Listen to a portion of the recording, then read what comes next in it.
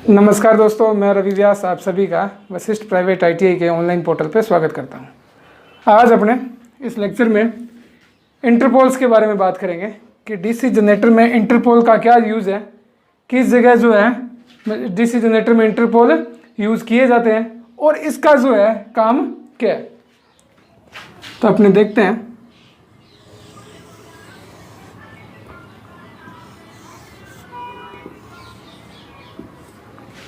अगर यूँ DC generator अपने बनाना चाहें तो एन और एस पोल ये हो गए अपने। सबसे पहले क्या होगा, यहाँ से यहाँ जो है फ्लक्स जाएगा। ये क्या है? फ्लक्स, या जिसे अपने बोल देते हैं मैग्नेटिक फ्लक्स, चुंबकीय फ्लक्स है ये यहाँ से यहाँ जा रहा होता है। और इस एक्सिस को अपने क्या बोलते हैं? डायरेक्ट एक्सिस बोलते हैं। इस एक्सिस को क्या बोलते हैं अपने? डायरेक्ट एक्सिस बोलते हैं। जो दो पोल हैं, फील्ड पोल है, उसके जो एक्सिस की रेखा है, उसके अक्ष की जो रेखा है उसको अपने बोलते हैं डायरेक्ट एक्सिस। और उसके 90 डिग्री पे जो है अपना मैग्नेटिक न्यूट्रल एक्सिस होता है, जिसे अपने क्या बोल देते हैं? चुंबकीय न्यूट्रल एक्सिस। और ये जो है इसको आप एम में भी बोल सकते हो, मैग्नेटिक एक्सिस भी बोल सकते हो, चुंबकीय एक्सिस भी बोल सकते हो, डायरेक्ट एक्सिस भी बोल सकते हो। इसी को क्या बोलते हैं अपने? एम में भी आप बोल सकते हो, मैग्नेटिक एक्सिस, या जिसे अपने बोलते हैं चुंबकीय ध्रुव, चुंबकीय ध्रुव, चुंबकीय अक्ष। ठीक है, तो यही जीएनए होती है जब कंडीशन कौन सी हो? No load. जब कंडीशन कौन सी हो? नो लोड की। तो अगर मैं मानूं कि ये अपने क्रॉस है,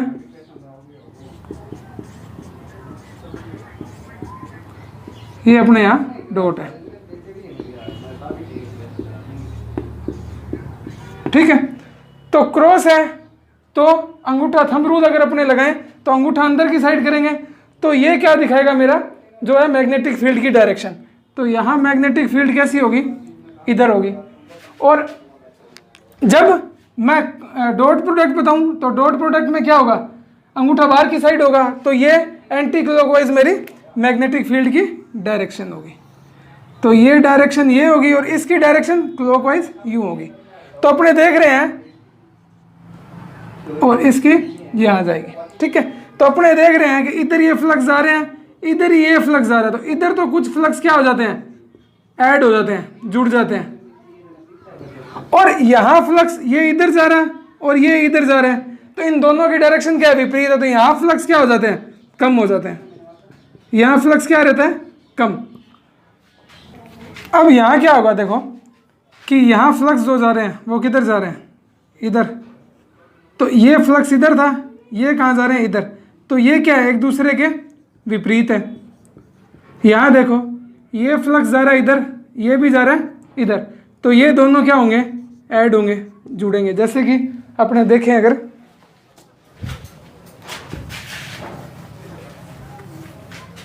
देखना चाहें अपने, यहाँ देखें अगर अपने ये क्रॉस अगर सारे माने अपने, ये डॉट अगर अपने मान के चले, ये अपन ने जीएनए एमएनए मान ली, यही बात है। ये यहाँ से फ्लक्स इधर जा रहे हैं, तो एक तो डायरेक्शन इसकी होगी, एक डायरेक्शन इसकी होगी। तो ये वाला किधर जाएगा? Anti clockwise. क्यों? क्योंकि थंब रूल लगेगा तो एंटी क्लॉकवाइज जाएगा। तो यहाँ इधर, और ये वाला क्लॉकवाइज, तो यहाँ और यहाँ। ठीक है, तो अब देखो ये फ्लक्स यहाँ से जा रहा है इधर और यहाँ भी फ्लक्स जा रहा है इधर। तो इसको अपन ने यहाँ बोला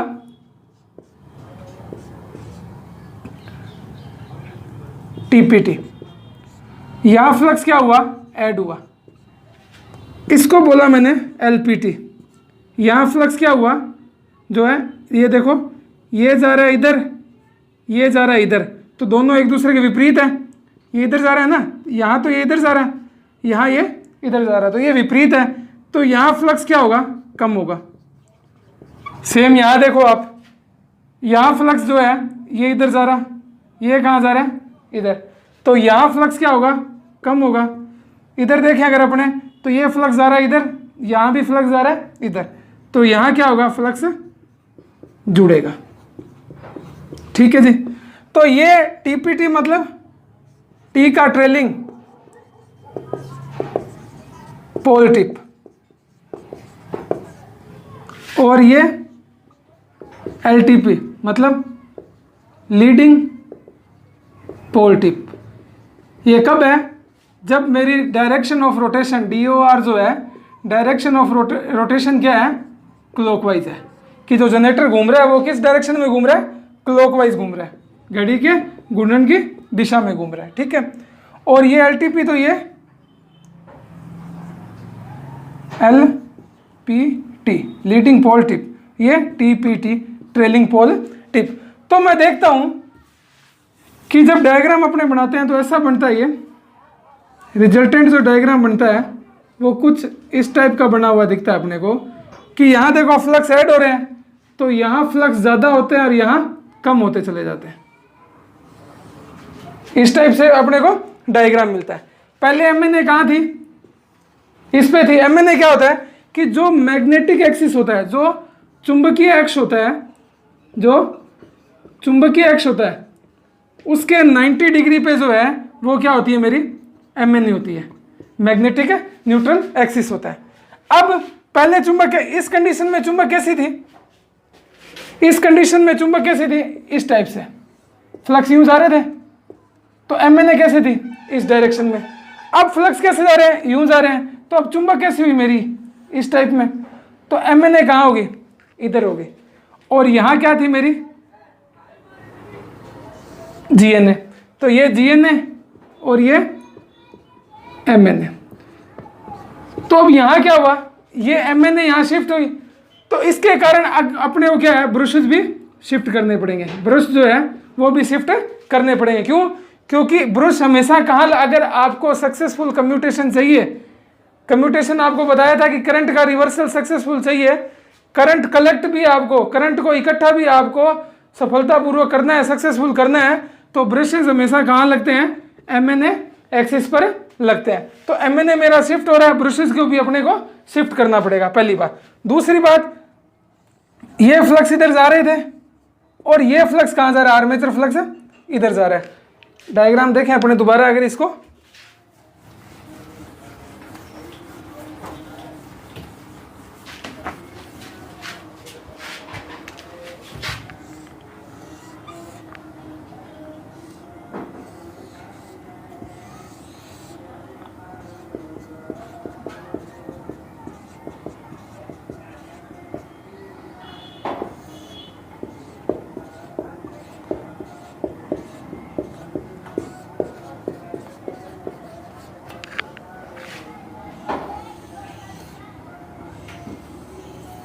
इसकी डायरेक्शन कैसी होगी, इधर, इसकी डायरेक्शन इधर।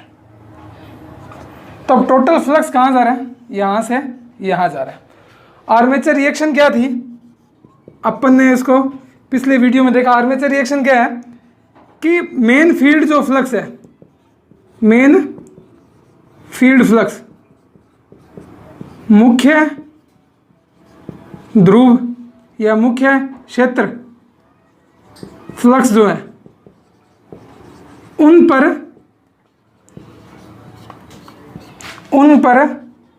आर्मेचर फ्लक्स का प्रभाव, उन पर आर्मेचर फ्लक्स का प्रभाव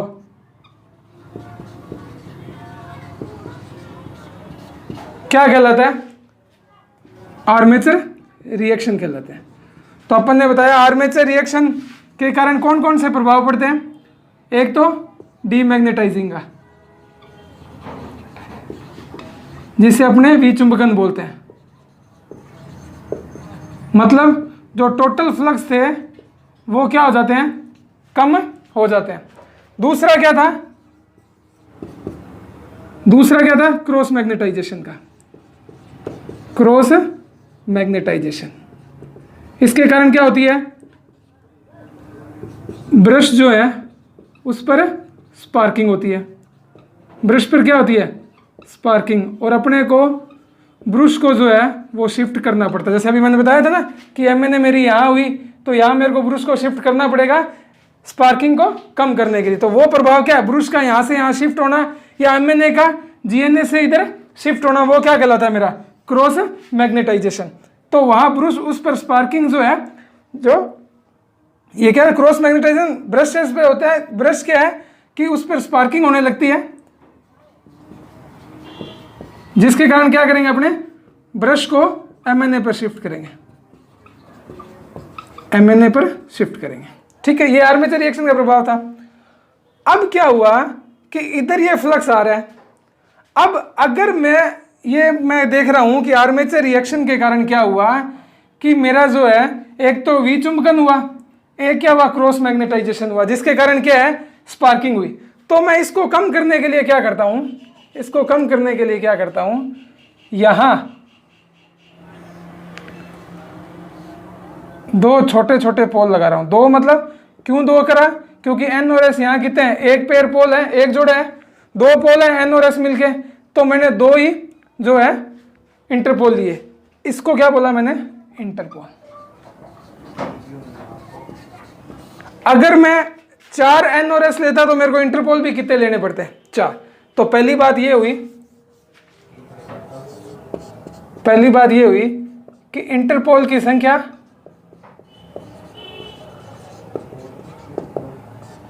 मुख्य पोल्स के बराबर होगी, पोल के बराबर होगी, पहली बात होगी ये। तो फिर क्या, अब इसकी ध्रुवता कैसे देखें अपने, मैं देख रहा हूं कि यहां से यहां फ्लक्स जा रहा है, और ये कौन सा है आर्मेचर फ्लक्स, जो स्टैटिक फ्लक्स है, जो मेरा क्या कर रहा है, इस जो टोटल फ्लक्स है, जो मेन फील्ड का फ्लक्स है, उसको क्या कर रहा है, कम कर रहा है। तो अगर मैं एन यहां लिखूं, एस यहां रखूं, तो इस इंटरपोल के कारण कुछ ना कुछ फ्लक्स डेवलप होगा, वो भी किधर जाएगा, इस डायरेक्शन में जाएगा। अगर एन यहां है और एस यहां है, तो ये पहले आर्मेचर फ्लक्स जो स्टैटिक था वो भी इधर था, ये जो इंटरपोल के कारण फ्लक्स है वो भी उसी डायरेक्शन में है। तो ये जो आर्मेचर रिएक्शन का फ्लक्स क्या होगा, ऐड होगा ना, बढ़ जाएगा। और अपने को क्या करना है, इसका प्रभाव क्या करना है, कम करना है। तो अगर मैं एस यहां लिखूं और एन यहां लिखूं, अगर एस यहां लिखूं और एन यहां लिखूं, तो क्या होगा, जो आर्मेचर फ्लक्स है वो कहाँ है, ऊपर से नीचे की डायरेक्शन में। एन एस यहां है, तो ये फ्लक्स कहाँ होगा, न्नीचे से ऊपर की डायरेक्शन में। तो ये क्या करेगा, इस स्टैटिक फ्लक्स जो आर्मेचर का है उसको क्या करेगा, न्यूट्रलाइज कर देगा, मतलब नष्ट कर देगा, नष्ट कर देगा। ठीक है, इससे अपने क्या बोलते हैं, जो इस फ्लक्स को अपने इस क्यों, क्योंकि फ्लक्स होगा तो फ्लक्स के कारण क्या ईएमएफ भी जनरेट होगा, इस फ्लक्स के कारण भी ईएमएफ जनरेट होगा। ये दोनों ईएमएफ, इंटरपोल का ईएमएफ और इसका ईएमएफ एक दूसरे को क्या कर देगा, कैंसिल कर देगा। तो इस इंटरपोल के जो ईएमएफ को क्या बोल देते हैं अपने, रिएक्टिव वोल्टेज, रिएक्टिव वोल्टेज। ये रिएक्टिव वोल्टेज को क्या करता है, कम करता है। ये क्या करेगा, इस वोल्टेज को कम कर रहा है। इस वोल्टेज जब स्पार्किंग हो रही है, इसका मतलब क्या है, जब स्पार्किंग हो रही है इसका मतलब क्या है, कहीं ना कहीं रिएक्टिव वोल्टेज जो है जनरेट हो रहा है। तो ये इंटरपोल क्या करता है, इसके भी जो ईएमएफ जनरेट होगा, यहाँ इस फाइए के कारण भी जो है आर्मेचर रिएक्शन के कारण भी क्या होगा, ईएमएफ जनरेट होगा। तो इसका ईएमएफ इसके ईएमएफ को क्या कर देगा, न्यूट्रलाइज कर देगा। तो दूसरा काम क्या हुआ कि ये रिएक्टिव वोल्टेज को क्या करता है, नष्ट करता है। कौन, इंटरपोल। पहले क्या थी, इंटरपोल की संख्या के बराबर होता है। दूसरा पॉइंट क्या था मेरा, कि रिएक्टिव वोल्टेज को ये नष्ट करेगा। तीसरा क्या था कि जनरेटर में बात करूं तो मैंने देखा ये एन था, ये एस था, तो जस्ट अगला डायरेक्शन की दिशा में ये क्या है, अगले पोल के सेम पोलैरिटी रखेगा। तो जो है डायरेक्शन ऑफ रोटेशन में अगले पोल की सेम पोलैरिटी रखेगा, कि सेम पोलैरिटी रखेगा, ध्रुवता रखेगा। मतलब क्या हुआ कि जब मैं इधर जा रहा हूं तो यहां क्या आ रहा है, एस पोल आ रहा है, तो ये क्या होगा, एस। अब मैं इधर जा रहा हूं तो यहां क्या आ रहा है, एन पोल, तो ये क्या होगा, यहाँ एन। तो इसकी जो चाहे कहते हैं कि इससे विपरीत ध्रुवता होगी, या कहते हैं डायरेक्शन ऑफ रोटेशन में आने वाले पोल के समान ध्रुवता होगी। तीसरा पॉइंट ये था। चौथा पॉइंट क्या है इसका, रिएक्टिव वोल्टेज का हो गया, ये आर्मेचर रिएक्शन को भी कम करता है, क्योंकि आर्मेचर जो रिएक्शन के कारण जो फ्लक्स डेवलप हुआ उसको न्यूट्रलाइज कर रहा है, तो आर्मेचर रिएक्शन को भी ये क्या करता है, कम करता है। फिर मैंने देखा कि रिएक्टिव वोल्टेज को खत्म करता है, जिसके कारण क्या होती है, स्पार्किंग कम हो जाती है। तो स्पार्किंग को जो कम कर रहा है इसका मतलब क्या होता है, आपको मैंने बताया था, याद हो आपको, तो जब एक डायग्राम बनाया था अपन ने कम्यूटेशन में, तो अपन ने उसमें देखा था कि यहाँ से कोई 20 एम्पियर की करंट आ रही थी, वो पहले क्या हुई 10 की, फिर 0, फिर -10 और फिर यहाँ -20 हुई। अगर कम्यूटेशन टाइम के अंदर वो -20 हो जाए तब तो क्या होगा, जो स्पार्किंग नहीं होगी। अगर ये कम्यूटेशन टाइम के अंदर जो करंट पूरी पूरी रिवर्स नहीं हो तो यहाँ क्या होता है, स्पार्किंग होने लगती है। इस स्पार्किंग को ही क्या करता है, ये इंटरपोल कम करता है। तो अपने कह सकते हैं कि कम्यूटेशन को भी इंप्रूव करता है, मतलब स्पार्किंग को कम कर देगा। पांचवी बात। छठी बात अपने देखें, इसका साइज कितना होता है, मेन पोल के 1/3 भाग जो है वो इंटरपोल होता है। जो मेन पोल का साइज है उसका 1/3 भाग क्या रहेगा, इंटरपोल रहेगा। सातवां पॉइंट अगर अपने देखना था, इसकी ध्रुवता कैसी रहेगी, वही आर्मेचर वाइंडिंग के सीरीज में लगेगा, आर्मेचर वाइंडिंग के सीरीज में कनेक्ट होगा। ठीक है, आर्मेचर वाइंडिंग के सीरीज में कनेक्ट होगा। अब आर्मेचर वाइंडिंग के सीरीज में है तो टर्न क्या होंगे, कम होंगे, कंडक्टर क्या होगा, ठीक होगा, मोटा होगा, और रेजिस्टेंस इसका क्या होगा, कम होगा। ये आठवीं बात इसकी हुई। ये सारी की सारी बातें किसी ना किसी रूप में आपके जो है गवर्नमेंट एग्जाम में पूछी जा सकती है, और आज तक पूछी भी गई है। 9वां पॉइंट देखें, और क्या रहा इसमें, इसके पॉइंट्स को क्या बोलते हैं अपने, B1 B2। ये पॉइंट्स अगर आपको पता हो तो ठीक है, नहीं तो मैं थोड़ा सा बता देता हूं कि पॉइंट को क्या करते हैं। अगर सेपरेटली एक्साइटेड जनरेटर है तो उसके पॉइंट्स क्या लिखते हैं अपने, सेपरेटली एक्साइटेड है तो उसके पॉइंट लिखते हैं अपने F1 F2। अगर शंट जनरेटर है तो लिखते हैं E1 E2। अगर सीरीज जनरेटर है तो D1 D2। अगर कंपनसेटिंग वाइंडिंग है, कंपनसेटिंग वाइंडिंग अगर यूज कर रहा हूं तो C1 C2, और अगर इंटरपोल यूज कर रहा हूं तो B1 B2। तो अब कोई अपने से पूछे कि कम्यूटेशन जो इंटरपोल है उसका क्या काम है, तो इंटरपोल क्या करता है, रिएक्टिव वोल्टेज को कम करता है, जो अपने क्या करता है, आर्मेचर रिएक्शन को कम करता है, फिर कम्यूटेशन को इंप्रूव करता है। और पूछें तो और ये कह सकते हैं अपने कि जो ये है इसका साइज जो है वो मेन पोल का 1/3 भाग होता है, आर्मेचर वाइंडिंग के जो है सीरीज में लगता है। ठीक है, और जो कंपनसेटिंग वाइंडिंग से अलग किस हिसाब से है, कंपनसेटिंग वाइंडिंग जो थी वो इन्हीं पोल के अंदर लगती थी, जबकि जो अपने इंटरपोल्स हैं वो पोल पे नहीं लग के उनके पास में ही जो इंटरपोलर रीजन है उसके अंदर लगते हैं, और रोटेशन की डायरेक्शन का जो अगला पोल आ रहा है उसके सेम उसकी जो है पोलैरिटी होती है। तो ये इंटरपोल के बारे में था। इसके साथ ही डीसी जनरेटर अपना कंप्लीट होता है। अब जो लॉसेज रहे हैं वो डीसी मोटर में साथ में पढ़ेंगे। तो अब नेक्स्ट लेक्चर जो है अपने डीसी मोटर का स्टार्ट करेंगे। अगर आपको ये वीडियो अच्छा लगा हो तो ज़्यादा से ज़्यादा लाइक करें, शेयर करें, सब्सक्राइब करें। धन्यवाद।